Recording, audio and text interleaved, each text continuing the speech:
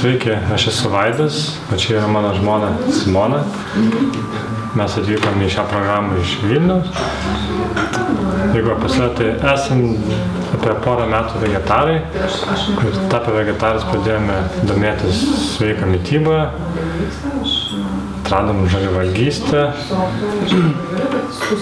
ir tiesiog bandom eiti tuo keliu kažkiek, kad link sveikumo.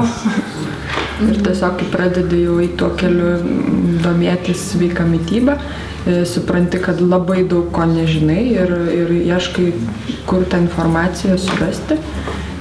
Gaila, kad šeimos gydytojai nėra tie žmonės, kurie gali suteikti tą informaciją. Jie dažniausiai gydo simptomus, jau pasekmes, o kaip išvengti, kokią prevenciją, tokios informacijos nesuteikia.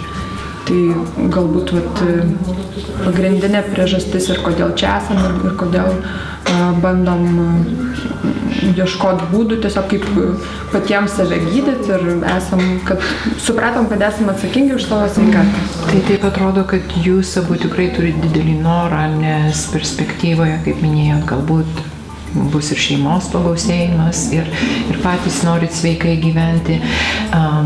Tad tuo aš norėčiau paprašyti jūsų, papasakokit, kaip jūs matot programą, kaip jūs vertinat, ką jūs sužinojot, ko nežinojot, ką jums padėjo ir ką planuojat toliau daryti, grįžę namo.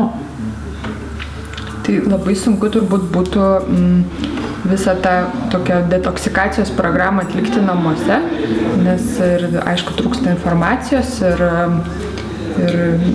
tų žmonių, kurie padėtų.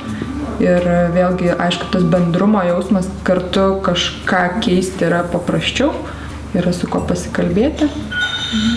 Labai gerai aplinkos, tiesiog kasdienės aplinkos pakeitimas į kitą, kur nebėra tų pačių pagundų kasdieninių, kur atvyksti ir tu esi, šiuo atveju labiau atskirtas nuo visko ir tu dalyvauji toje programoje ir